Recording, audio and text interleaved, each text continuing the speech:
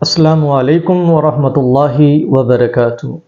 ناظرین، ہم نے گزشتہ ویڈیو کے اندر سترے کے متعلق بات کی تھی کہ جو نمازی کے آگے سے گزرے گا تو اس کو گناہ کتنا ہوگا، اور اس کے متعلق ہم نے رسول صلی اللہ علیہ وسلم کا فرمان مبارک آپ کے سامنے پیش کیا تھا کہ آپ صلی اللہ علیہ وسلم کا فرمان ہے کہ اگر گزرنے والے کو معلوم ہو جائے کہ گناہ کتنے ہیں تو وہ 40 سال تک کھڑا انتظار کر لے گا مگر گزرے گا نہیں۔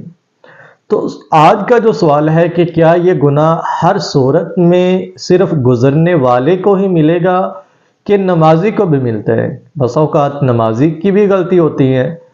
تو اس کے متعلق دو صورتیں ہیں۔ ایک صورت میں یہ گناہ نمازی کو ملتا ہے اور دوسری صورت میں یہ گناہ گزرنے والے کو ملتا ہے۔ نمازی کو یہ گناہ اس صورت میں ملتا ہے کہ جب وہ پہلی صفوں کو چھوڑ کر لاسٹ والی صفوں میں نماز پڑھنا شروع کر دے اور نہ سترے کا اہتمام کرے، نہ کسی پلر کے پیچھے، نہ دیوار کے پیچھے چھپ کے نماز پڑھے، بلکہ درمیان میں اور لاسٹ والی صفوں میں نماز پڑھنا شروع کر دے۔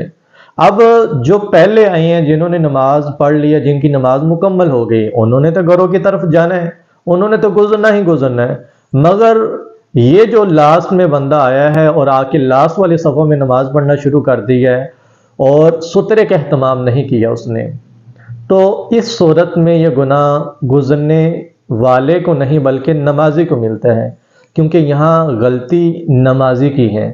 اس نے سترہ کیوں نہیں رکھا؟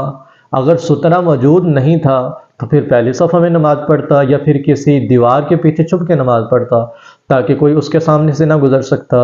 اور یہ گناہ گزرنے والے کو اس صورت میں دیا جاتا ہے، اس صورت میں ملتا ہے کہ جب اس نے سترہ رکھا ہوا ہے اور یہ جان بوجھ کے اس کے آگے سے گزرے، تب یہ گناہ گزرنے والے کو ملتا ہے۔